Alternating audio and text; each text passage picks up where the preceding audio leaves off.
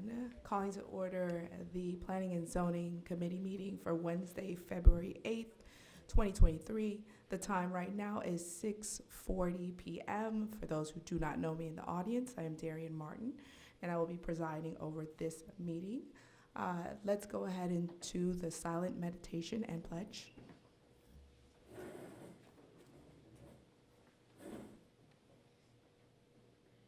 Pledge allegiance to the flag of the United States of America and to the republic for which it stands, one nation, under God, indivisible, with liberty and justice for all.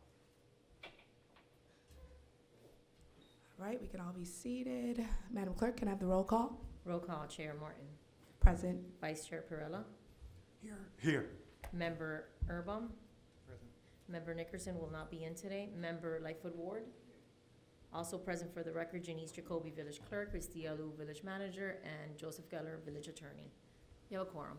Thank you so much. We'll go ahead and move over to item D, approval of the agenda. Can I have a motion? Can I have a second? Second. All in favor say aye. Aye. Any opposed say nay. All right. We'll move on to subsection E, approval of minutes. Item E1 is approval of the minutes for the December 13th, 2022 Planning and Zoning Committee meeting. Do I have a motion to approve the minutes? A second? All in favor? Aye. Any opposed? All right, we'll move on to good and welfare. So there will be two good and welfares in every meeting in the Village of El Portal. The first good and welfare allows you to step up to the podium and speak for 3 minutes on any of the items appearing on the agenda. If there's anyone that would like to take advantage of this first good and welfare, please step up to the podium, state your name and address for the record, and you'll have 3 minutes to speak. Do we have anybody in the audience that wants to step forward? All right, hearing none, I'll go ahead and move to subsection G, which are the actual agenda items. Dealing with subsection G1, item G1 first, there is a slight correction to the address. The official address of the property is 400 Northwest 87th Street. It appears as Northeast 87th Street on the agenda, so just stating that for the record. Can I, Mr. Attorney, would you like to swear everyone in? If you are going to be speaking on either subsection G1 or G2, if you could stand up now for the attorney to swear you in, that would be awesome. Please raise your right hand and repeat after me. I state your name, do hereby solemnly swear that the testimony I will give tonight will be the truth, the whole truth, nothing but the truth. So help me God, or you may take it after me. Thank you. Awesome. Awesome. Now that we are all sworn in and ready to go, can I please have city staff approach the podium for item G1, and also any representatives for the applicant or the actual applicant can step up to the other podium. Awesome. And when you get to that podium, sir, could you please state your name and address for the record?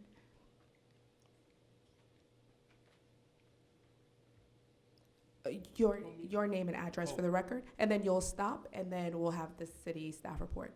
My name is Chunilal Ramkisoon. My address is 8510 Northwest 3rd Lane, Miami, Florida 33126. I'm here on behalf of the owners. Thank you, Mr. Ramkison. Can I have city staff report on item G1, please? Yes, thank you. Good evening, committee members. Can you hear me?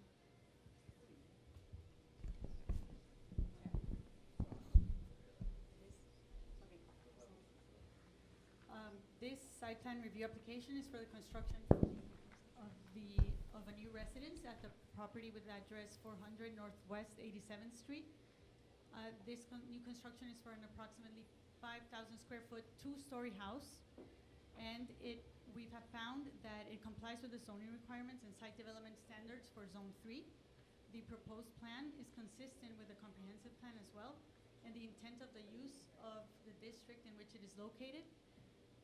We believe that the approval of the site plan will not have an adverse impact on the village. The design of the new residence is consistent and compatible in terms of the design of the composition and the materials. Due to the site's location, we want to note that it is within a floodplain, and the construction must follow requirements that require elevating the house to a minimum elevation per FEMA. While elevating the house is, in this case, is a good example of a resilient design strategy, especially for the houses abutting the canal, we must insist, and our approval is contingent on the requirement that the site, the stormwater management and drainage is contained within the site, and that that it doesn't, there's no runoff to the neighbors' properties or the street. And so we wanted to make that note that that's a condition for the approval of this house, since it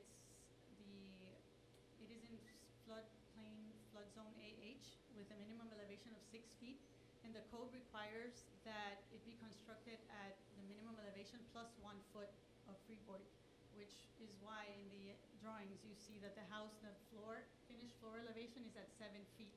And that is why the house may seem that it is out of scale, because it is constructed at a much higher elevation than its neighbors when they were constructed back in, I think this house, we noted here in 1948, its neighbors, the houses were built in, and if they were to do a significant alteration or a new construction, the neighbors will also have to comply with that requirement, and will have to raise the house, either the house itself or the property, as this applicant is doing with this house. So we wanted to make note of that. Thank you so much. I'll open it up to the council for questions. Councilman Lightfoot Ward. This is the house, right? The first house on North, coming off of North Miami Avenue going to 87th, right? No, this house is on, no, it's on 80s, no, it's on 87. It's almost at the end. It's Yeah. at the edge of the village, on the west side, On the west side, south on of the 87, school. like 2 houses down before the Okay, North of It's the on the canal. canal. Okay, I see it. Okay, I see it. I see it. Okay. Well, I missed that one. I had a question, so, okay. Any other questions? I do have one. I know we're doing approval with conditions.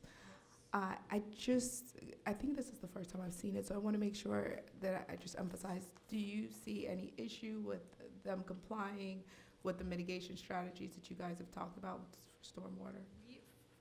The conditions, we included them so that any comment that's proffered during this meeting, or even in between this meeting and the council meeting, that they comply with it in order to receive approval Okay. at the council meeting. So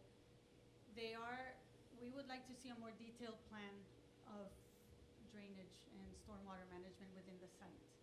We have that. Okay. That is We, what we, would we like to didn't do. get it, we didn't get it in time to send it in advance to the committee, so, but we do have a drainage plan that will keep the water within, and also to provide for a slow drainage into the ground while the water is within a retaining wall on the property line. Okay. So, And you will get a chance to see that plan and make Yes, I sure will. that it Yes. complies. Yes. Okay. And we also recommend having, showing it to the engineer, the representative for civil engineer from CAP, who works Ye- for the village, to yes. also, to ensure a seamless process. We do into have that building. plan already, and we Okay. will submit it for review. Okay. Councilman Lightfoot Ward. are we talking about rainwater drainage runoff? Yes. Okay, so we want it to stay within the property, not go into the canal. The canal, the neighbors, or even the street, because Oh, that's right. the property, yes, because Okay. it will be raised to comply with requirements. Okay. Look forward to seeing the site. Councilman Earball. Good evening, thank you for being here. Yes, sir. May I ask what the primary use of the residences will be? Well, this is a pretty large family, and this is a very heavy entertaining family. This family, they do a lot of vacation and a lot of entertainment, and that's the principal use of the property there are about 12 siblings. And Okay, so throughout the year, there'll be different family members? different family members just living back and forth here. They Okay. have homes in different locations that they just move back. Okay, yeah, I've got a neighbor who It's- operates similarly. Yeah, That's yeah. what they do. Okay, very good. Yeah, I was looking at a lot of amenities, right? Yeah, so- absolutely, yes. Okay. I'm definitely satisfied with the proportions of the development on the property.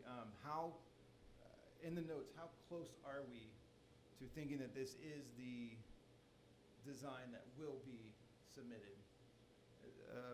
Forgive me, there's one note that says, in the conditions, In I the believe. conditions. Yes, That- as long as this is the plan that is ultimately Right. submitted. So how confident are we that this is, The final design well, at least as for the house? close to it as, you know what I mean, in terms of nothing surprising, radical, by that, I kind of mean like, something that would be outside the code, kind of last minute, like, oh, you know, like, are we feeling confident that this is? Absolutely. Okay. We've been doing this for a year with Yeah, this okay. owner. Okay. So they've So- gone through the mill, Well, 100 variations. Okay, at so for least. example, you know, there's the renderings, which are lovely. Yes. But, you know, in the description, it's like the landscaping will be primarily around the exterior, I'm sure. Right. For privacy, right? And then in the renderings, you can see there's landscaping mostly up close to the house. Right. So I try to, I don't disregard the renderings. I- But I try to look at the plans more than anything else, so, so there you have it. But, and then I guess I would ask just a follow-up question, not to beat it, but in terms of the elevation and grading of this property to prepare for this construction, what kind of change in the topography of that lot are we talking about? I believe it's 4 feet, because the current property is at 3 feet above, an elevation of 3 feet above sea level. Yeah. And they have to raise it 4 feet to meet the minimum finished floor at 7 feet. Yeah. The elevation of the finished floor. And in many other jurisdictions or municipalities, you're even permitted to go even higher, Sure. above just 1 foot above the minimum, just because of the anticipated sea level rises and Right, and still to the water future, yeah. storm surge. But they're proposing 1 foot, which is what the code requires, and that means that the ground, the terrain will be elevated 4 feet in this case. Okay, and then this drainage system that we're talking about is something that's an established system that is used elsewhere, proven to work, et cetera, et cetera? We will, Well, we are consulting with the recommended engineer. Our Okay. engineer designed this system right now, and the calculations show that based on the 100 years Sure. of rainfall, that the water will be able to drain into the property. Right. And You just need a little time yes, with the water, yeah, exactly. If you can buy yourself some time, then you can handle yes, volumes of water. yeah. absolutely. Okay, But we will forward this to the consulting engineer okay. for the Okay, on that, I'll say, you know, I know it's an extra expense and certainly something, you know, it's definitely more than what anyone else would have to do who's not in such a location, right? but the But- owners have considered that. Yeah, but considering that this would work and be effective, would honestly be wonderful and amazing, Absolutely. and it sounds like it's it's exactly what is needed for any property near a canal or in a flood zone going forward. So, okay. Any other concerns regarding code specifically? no, not the code, but I'll add a note to the change in design. We're not expecting a change in the design of the house. The landscape might change by the Okay. time the house, if it goes on to Okay. an approval Might and is decide they want to keep a constructed. tree there and move a thing there. They yeah. might even add Okay. more landscape, but definitely not, we made it clear not to enclose the front yard with any obstruction, so no hedges or palms, but rather more of an organic cluster of native On that note, species. I will say that you will see other grandfathered properties around the village Yes. that have such things, and it is gonna be our job for the next 15 years probably to get all of that to where it does conform to the code, but you'll see that there are certainly Absolutely. other properties that have such things. But, okay, very good. thought I might have had one more question, but it might have just escaped me. So I will. All right, sounds great. Do we have any other questions from the council? All right, hearing none. Councilman, Vice Mayor Perrella? Camila, I don't see any, on the renderings or in the plans, I don't see where the septic tank is located here. Yes, it's on the, let me tell you which page it's on, Okay. if I could locate within all And these also the size of the pickleball court, is that part of the coverage area that they're supposed to? If there is a minimum of the 25% green space, and so the court doesn't Interfere with anything? interfere with achieving Okay. that minimum green space. And this question will be for the architect. Yeah. You're the architect? Yeah, or we are the engineers. engineers. Yeah. I see also in the renderings that you guys are you guys doing a railing on the seawall? Yes. On the, you creating like a decking? It's that, are you replacing the seawall? You're doing No, something? we're It's not, just, we're not replacing, we're not touching the seawall. okay. I just wanted to mention that the septic tank and the drain field is on SP1, Okay. The rear, and it's to be towards the rear of the building. Oh, we didn't get the whole package though. We just got a few. My apologies for Yeah. that, somehow, right? But we- Yeah. It's B1, okay.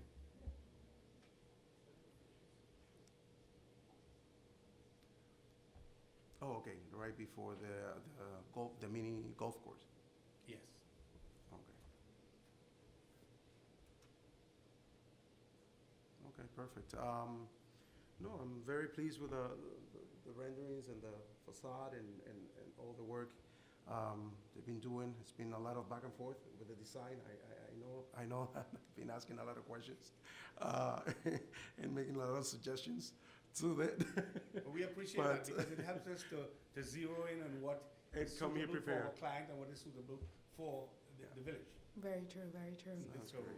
we wanted to reach to that best situation. Perfect. Well, Sounds thank great. you so much. And hearing no further questions, does anyone want to make a motion to accept staff's recommendation and move this to the Greater Council?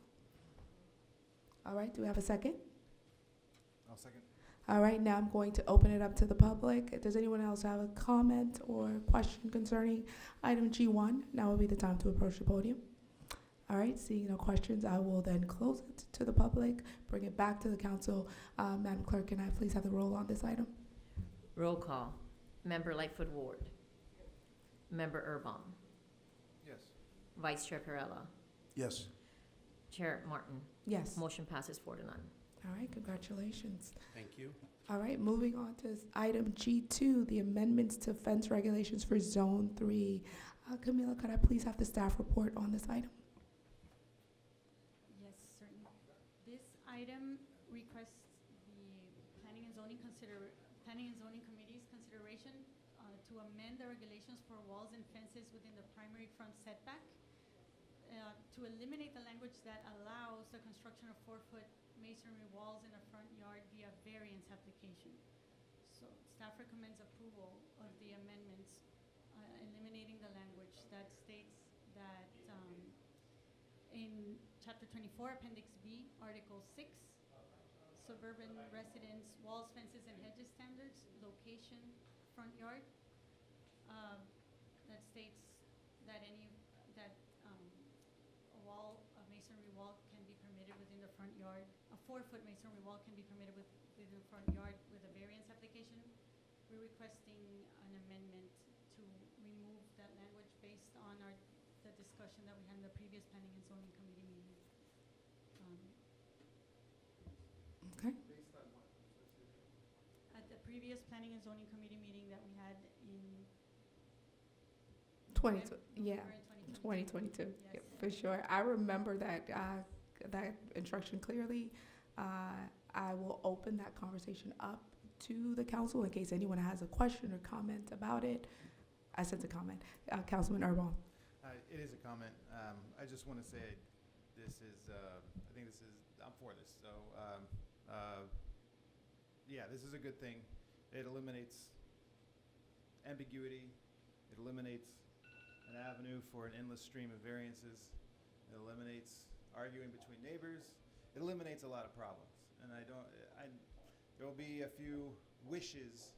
Oh man, I wish I could put a fence in the front yard, but the number of problems eliminated versus the number of wishes that might be refused, I'm satisfied.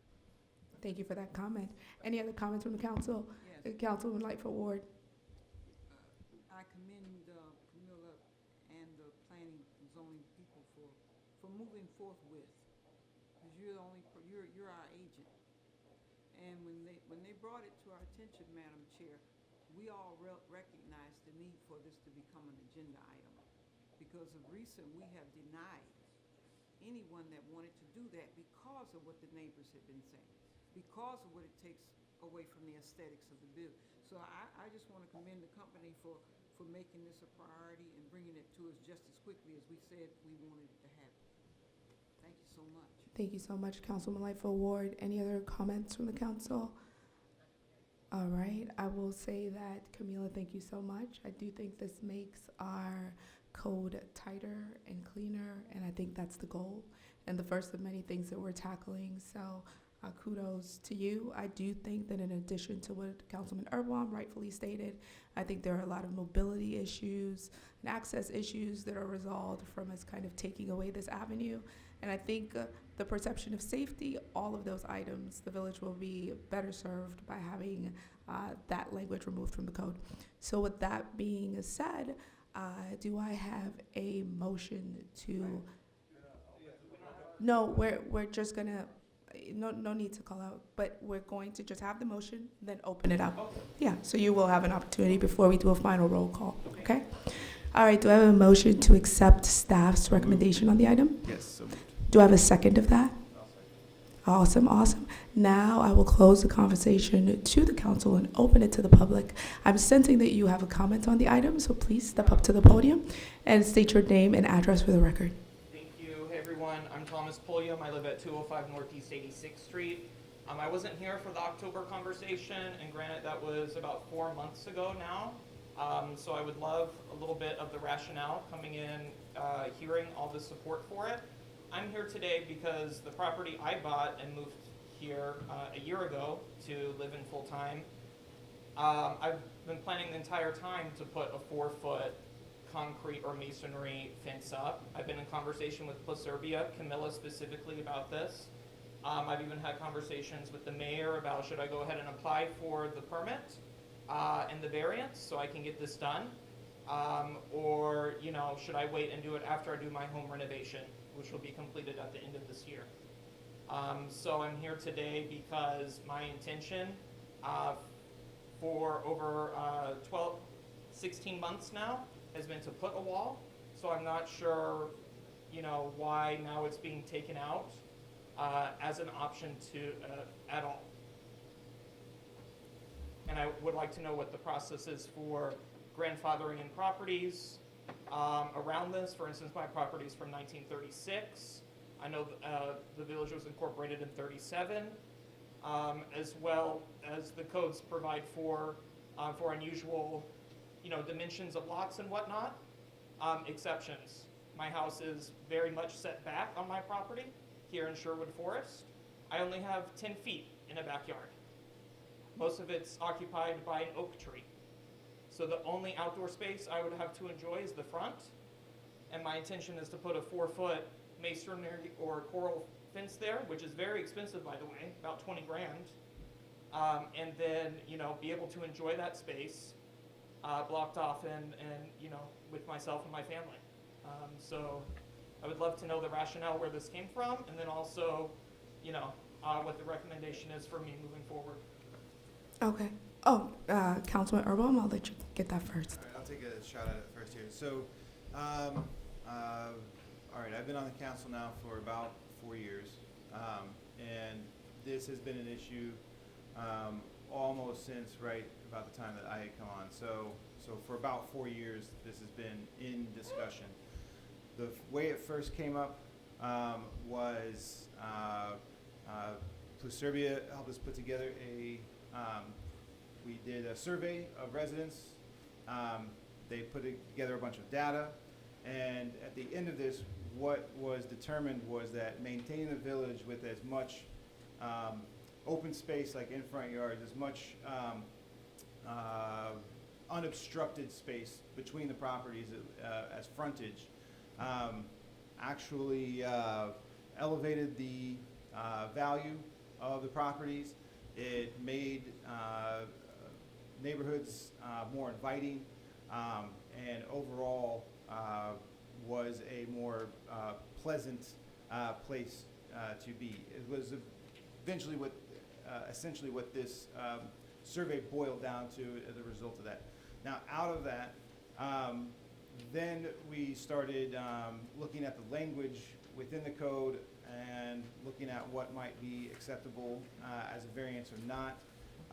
And then once the language was kind of boiled down to what you see now that's being discussed tonight, in terms of what we are talking about eliminating, that final piece of remaining language was the final piece of ambiguity that had clearly demonstrated that we were going to start having an endless stream of variance applications specifically on this issue.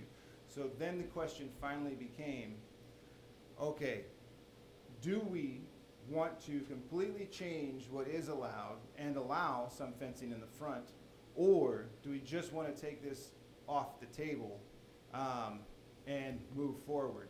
And in the discussion, it came down to, and it wasn't just a discussion, this isn't just opinion, there was quite a bit of data and research that went into this. It came down to the most sensible thing to do to stay within the guidance of the charter specifically, right? And then matched with the data that was presented. It became a fairly clear option to, hey, let's eliminate this as an option and move forward. So in a nutshell, and anyone is more than welcome to correct me on any of those points, but in a nutshell, that has been my experience going back about 4 years. Can I ask one with question on this. that? Of course. So in that history, has the council been declining people who say, oh, I want to put a four-foot fence like the ordinance says, For the most part, yes. and it's still getting declined? It recently, absolutely, but going back, And what Yeah. for? What type of reasons? I don't want to, Okay. because Yeah, I'm I've got to just go back. curious. I've got to go back probably more than 2 Okay. years before I find one that was accepted. So I don't want to. That I cannot just recall memory and be like, oh yeah, it was. So I don't want to say, but it's been a while. We have been very decisively moving in this direction now for over a year, close to 2 years.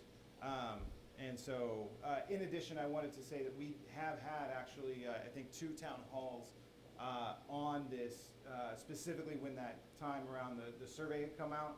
And then they were collecting data from other municipalities, from similar municipalities around the country.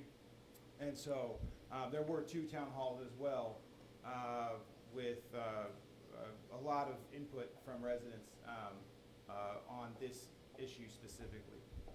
Do we know what percentage of the walls were approved and what were not? Was it like majority of them were? Well, I mean, With when the you say, variance?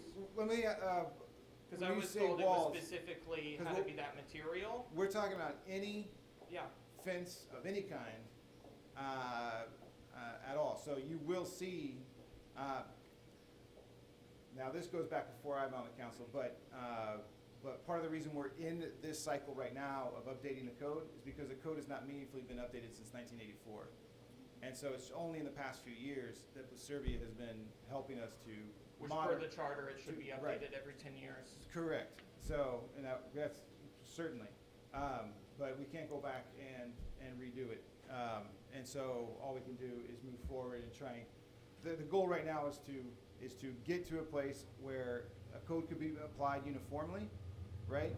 And that honestly, we're looking at 15 years before before we feel like everyone's got everything uniformly because of the amount of, with grandfathered situation, it's piece by piece. So it's not just the property's 1936, it's do you have an existing fence in your front yard right now? And if you do, you could repair that fence ad infinitum, but if you were ever to change that fence or do something different, that fence would have to be eliminated. So that's how grandfathering works. It's not just specific to the entire property, it's specific to, Sure, I understand. Yeah. It's just I've had Yeah. one-on-one conversations with Camilla for months about this. and And this so is not- now I'm finding out that I'm not gonna be able to, possibly won't be able to do what my plan was all along. Sure. And I would have applied for the variance before. Sure, and she's in a bit of a catch-22 on that because she has to work with whatever the code currently is, and she could, I'm sure she would be reluctant to say what will happen with something like a vote among the council on changing a code. It might, so I would say that she will certainly speak, to that herself, but I would think that that might be the Sure, but I'm the sharing background on that what- so you Yeah. get Yeah. my Absolutely. perspective No. Absolutely. as a resident, Yeah. paying the highest tax rate here, since I just moved here. Yeah. No, And we now I feel definitely. I can't do what I need to do to live comfortably. We definitely get that, and I know that you had a follow-up question. I think Councilwoman Erbaum definitely touched on grandfathering for you, but I'd love Camila to tell you exactly about grandfathering or the process of seeking a variance. I think those were his two questions. Yes, well, grandfathering or legally non-conforming fences or structures, there would have already have been a fence or wall in your property for it to be grandfathered. But there is, when you purchased the property, there was no fence or wall along the front yard. We did note in the previous discussion in October, thank you for the record, the meeting was in October, not November. We did mention that we would eliminate the language that says with the exception of masonry walls. But a resident may still apply for a variance with, they have an extenuating circumstance that can be brought up to the council. Your house is set back, and so we could evaluate the possibility, however, you may still construct a fence at the 25-foot line. You may still have privacy, just not, what this would be doing is eliminating the possibility of having an obstruction within the 25 feet or on the sidewalk, if there is no sidewalk on the property line. Yeah, what does it So- count? Do all the lots have swales? So my property has about 15 feet of public swale that I do not own but get to maintain So I for think, the benefit of the village. Mr. Pulliam, so I think you have two options here, Okay. right? Camille just stated to you, one is that variance. So there are unique elements to your property Okay. that you can then illuminate that might change So even the. though the variance would be taken out here, there are still other variances, is what I'm understanding. Yeah, Got it. you Okay. you can apply. By Okay. right, you wouldn't be able to be if the code changes. If you wanted to seek a variance, I think Camila is stating to you how you could possibly go about doing that. Or Yeah. the other alternative is to be within that 25-foot Yes. setback. So there are still two things that you can possibly do. The grandfathering option is extinguished for you because there is not a currently existing fence on your structure, but there are two ways that you could possibly seek the outcome that you desire. But I think Councilman Erbaum did do a good job stating historically what the climate is that brought about this decision. In addition to that, a lot of our streets don't have sidewalks, but we do have a lot of children, a lot of disabled residents that find it difficult to maneuver through the village with some of the existing fences and whatever shrubbery has been left to grow beyond those fences, and it poses a hazardous situation for them. And so that was one of the reasons, in addition to what Councilman Erbaum stated, that was persuasive for me to say, hey, maybe we do need to look at this fencing issue. In addition to that, I think Camila and Paserbia brought forth really persuasive research about the perception of safety, that having these open, inviting frontages is just more appealing, and the perception of safety is improved, and therefore the property value improves once that happens. Just one note on that. So Sure. there might be a perception of safety, Uh-huh. but actually, part of the reason why I really want and need the fence is because I've been victimized multiple times at that property. I'm sorry to hear By that. an off-leash dog Mhm. who attacked and killed my cat Bobby and bit my finger, Mhm. who my cat would have been protected, when and if I can put a fence up. Yeah. And then also, the second week I moved here, homeless coming off Second Avenue, knocking on my front door, asking for work. Mm. Never experienced that before, and I've lived in cities with lots of homeless population. That made me feel really unsafe. For sure. Well, I am so saddened to hear about your cat. In addition to that, the fact that you know, probably don't feel as safe as you should, because I do feel pretty safe in the village, and I hope that you get to that point as well. But as far as the relief that you're seeking, I think Camila stated 2 really good routes for you to pursue to see whether or not those work for you. Okay, so it's what, a special circumstance variance, and that goes through planning and zoning, or? Well, the variance, any variance application is for an applicant that wishes to deviate from what the code allows. And so that process is always an option for any situation. Sometimes, you know, whether it's the driveway, the fence, the garage, I don't know, we've seen the garage Yeah. conversions, which are the most common. But in this case, the code stated that masonry walls would have to go through a variance application, mostly to vet the design and the materials, but that would generally be granted approval. And this is what sparked the conversation that Councilperson Rubam and Chair Martin just described, the reasons behind why the decision was made to eliminate that language, so that the variance would be granted and considered only for extenuating circumstances and not the norm. Got it, so the So- language is kind of superfluous in Yes, we're in the eliminating- ordinances to begin with? And Okay. it's just a variance. You'd just be Okay. seeking a variance. Okay, But that's one option. The other option is to be within that The 25 foot. feet, Yeah, and I don't know if that works for you as well, but just 2 things that you No. can pursue. that's a third of my property. Okay, Third of okay. my lot, yeah. okay.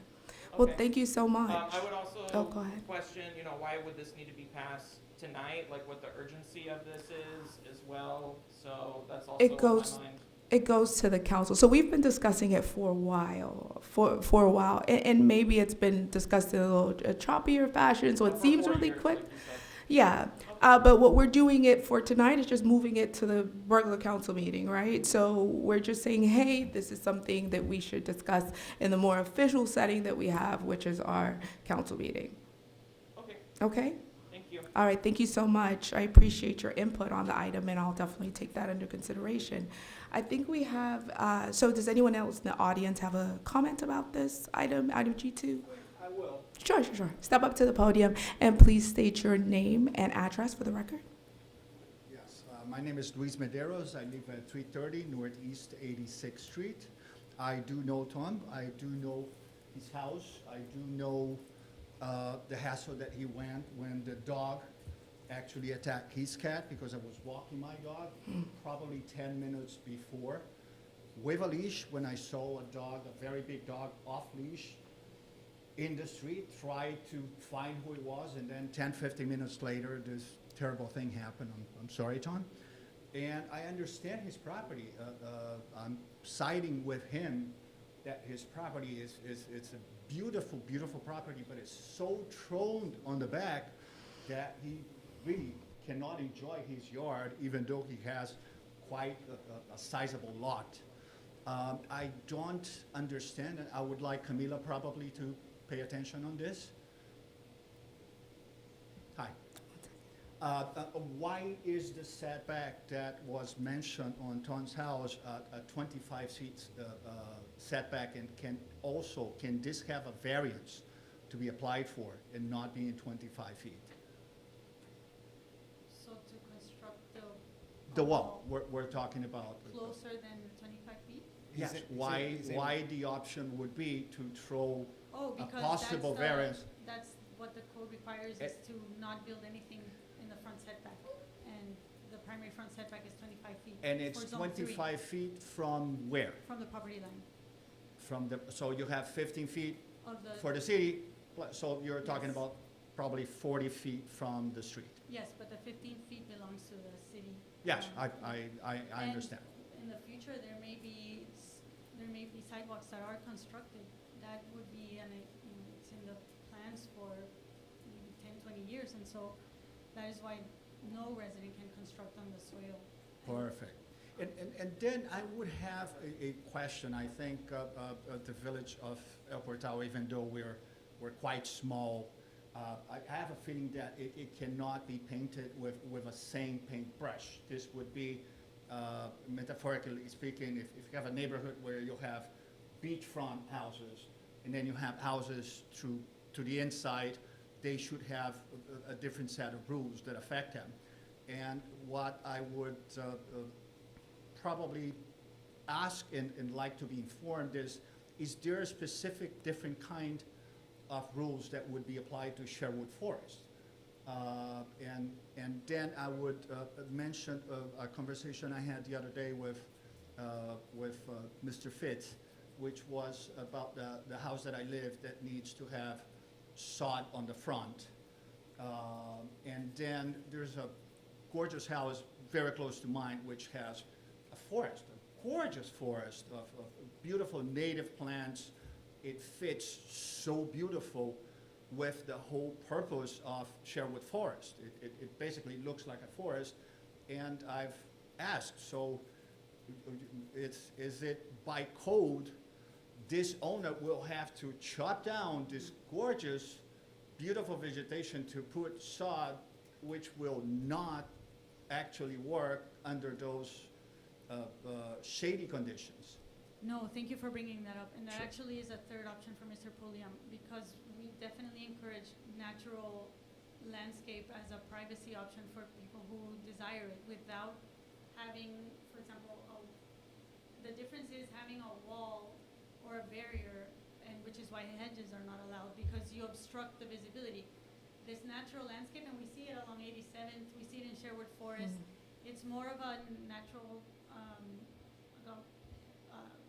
clustered native species, plants, trees that have been on the property, and that's permitted, and that is even encouraged. Landscape is always gonna be encouraged, and by zoning at least, and the code has, for zone 3, very limited landscape requirements, because, or restrictions really. It requires actually to include shade trees, to include more landscape, just not blocking off, especially the walking along the sidewalks, to have a 6-foot wall or even a 4-foot wall, it just begins to enclose You mean a wall, an actual an actual beautiful wall? or hedge or Okay. kind of like something that obstructs visibility entirely. Whereas if it's a more organic arrangement, or these houses that have in Sherwood Forest, Mhm. especially in some circular driveways, Oh, you see it they're a lot in the gorgeous. center. They have, a lot of, they have trees and plants, and that is definitely encouraged. It's a more, Okay, That's because, what for it instance, when I leave, it might be a parent thing. Every time I leave my daughter, and I open my blinds on my living room every day in the morning. And then I make sure I I close it down, because anybody from the street, the distance is probably from the street to my window, right between here and the window. And if the blinds are open, you can see the seasoning I'm using on my kitchen inside. And I thought for myself, I'm gonna have to block, I would love to block a tiny little bit with some higher plants. And right now I have this question mark if I would be able to do it or not. I think Camila's saying you would be able to do it. And I love that we're being solution-oriented on this one, because that is a third option for Mr. Pulliam as well. So I think you're getting that you would be able to do that. And what you said about there being like specific, there are specific elements to Sherwood Forest, right? And there needing to be some sort of code that's kind of specific to that. I don't know if we can vary the code as much, like per little area, but I do know that the variance process that we spoke about earlier is a reasonable means by which to pursue that, to get in front of a body and say, hey, there are things that are very unique about my area and my property that need to be considered as it relates to this particular provision in the code. So I think the variance process is a way in which you can say, hey, look at me, there's something very different here, and I need to be treated differently. And I hope that you are comforted by what Camila is saying about your desire to put forth vegetation as well. Yeah, and the streets on Sherwood, they might be thinner and there are trees in Yeah. between, which might, even for the future, once you're thinking about the sidewalks and so on, it might be a harder thing to plan or to do around certain areas. For sure, for sure. We just need to keep the lines of communication open. We're listening, and what we're doing now is definitely trying to make a leaner code and trying to make it so that we don't have this influx of variances. But for properties that are unique, there is an avenue by which you can say, hey, this doesn't really apply to me. I think we have a comment from Vice Mayor Perella. I'll let you get the floor. Yes, thank you, Madam Thank Chair. No problem, thank you. The only comment I have is actually Sherwood Forest does have a distinct, it's a distinct area, and we just learned through the park renovations and all of that, that it actually has a little more restrictions as it, digging and all of that goes. Like, we didn't even know that Sherwood Forest Park thought it was only the mount, that it was like, it's the whole area.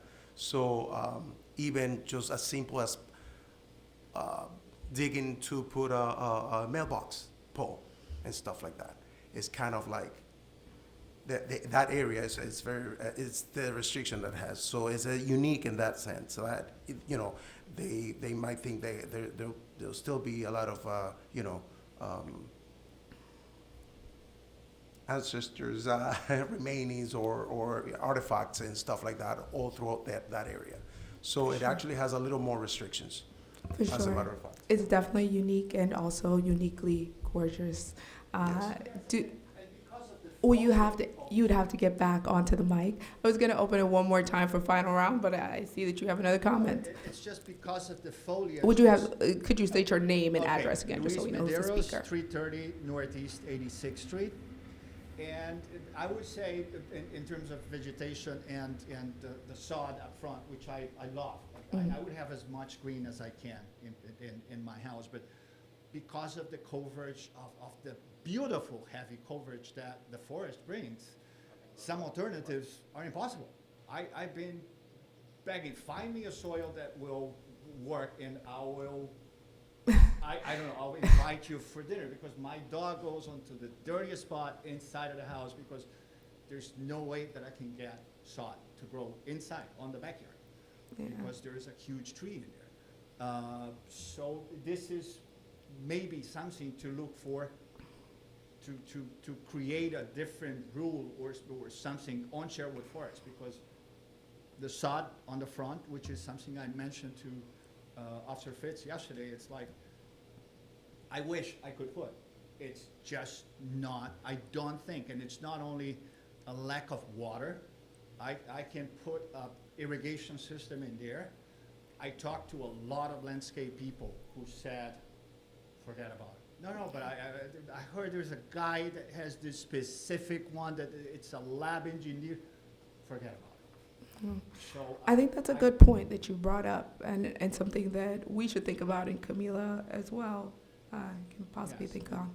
And this was what I asked, like, I don't want a different set of rules because Sherwood Forest is better or worse. No, it's just different. It's unique. Because of the uniqueness For of sure.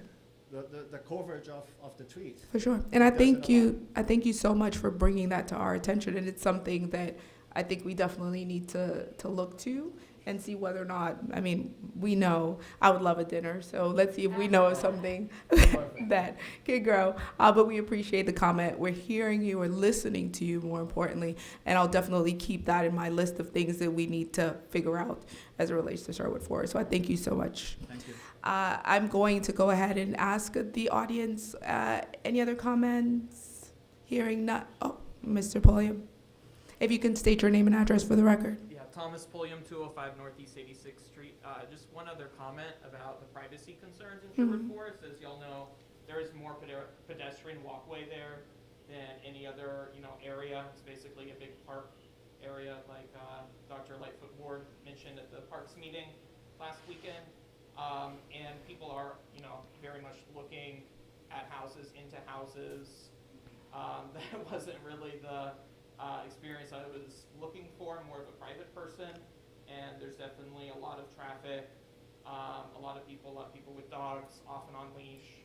So there is very much a security and higher traffic pedestrian area there too that should be considered. I'd also be completely for a sidewalk. There's a partial sidewalk coming off 2nd Avenue, past like the first house in the dentist office, then it just stops. I mean, this area's been here for a long time, so if that is or was or is ever gonna be in the plans, if not now, when? Like, seriously, what are we waiting for? Thank you so much. Thank you. I appreciate your comments, and I'm listening. All right, so I'm going to close a public comment and bring it back to the council. I think we have a motion on the and also a comment. Councilman, I always am tempted to call you Vice Mayor Erbaum, but Councilman Erbaum, your comment, please. So I just never want to miss an opportunity to remind everyone about Resilient Streets, which is something that it is an ace card that Pluserbia has in the deck here, and I just don't want us to ever forget about it. So in terms of, if not now, when? Okay, so septic to sewer begins happening. Ideally, we have our gear together here, and we are able to come up with resilient street plans that could be laid down once the street is torn up to put in sewer. Ideally, the new resilient street plan is completed, and so we only have to replace the street once. So that is part of the larger picture here. Now, what is resilient streets? It would be, it could be a lot of things, but ideally moving towards like something called bioswales. So the swales actually have a lot of natural vegetation, you know, even like compacted walkways and things like this that would be ADA compliant, which would help with flood mitigation specifically, but also be, you know, added beautification. So that is a big piece that if it could be pulled off, would be phenomenal. But that's part of the calculus there. Thank you for reminding us, one second, where we close it off to the public. But thank you for reminding us about that, Councilman Erbaum. I think that makes so much sense for us to be ready on all levels to really, once we do it once, do it right. So I appreciate that comment as well. Do I have any other comments from anyone on the council? Oh, no need. Okay, I will, can I open it back up? I will go ahead and allow you, Mr. Pulliam, to go ahead and just if you could restate your name and address so we know who the speaker is. Thomas Pulliam, 205 Northeast 86th Street. Just also wanted to comment, so love that plan. Also, you know, without the sidewalks and it being such a narrow street and a lot of the vegetation, everything going on, is also very dangerous for citizens, the little kids, all the animals. So it's also just not a very safe situation right now either. So just want to put that on everyone's mind. For sure. Urgency No, around that. thank you so much. I have two little ones of my own, and I'm constantly worried about where they're running to next. So I agree with you completely. So with that being said, I think we have gotten all the comments from the public. I think our council members have had a chance to participate. There is a motion on the floor to accept staff's recommendation on this item. And Madam Clerk, can I have the roll? Roll call. Lightfoot Ward. Member Erbaum. Yes. Vice Chair Perella. Yes. Chair Martin. Yes. Motion passes 4-0. All right, that sounds good. Now we're moving on to Section H, which is our final good and welfare. I don't know if you gentlemen would like to step up to the podium again, but if you do, you have 3 minutes to discuss anything that's occurred or make comments on anything that's occurred this evening. Would you like to step up to the podium for our final good and welfare of the evening? All right. Hearing no takers, I will move on to item I, which is adjournment. Do I have a motion to adjourn the Planning and Zoning Committee meeting? Second. Okay, a second moved. All in favor, say aye. Aye. Any opposed, say nay. All right. Adjourning the Planning and Zoning meeting for Wednesday, February 8th at 7:34 p.m. Meeting is adjourned.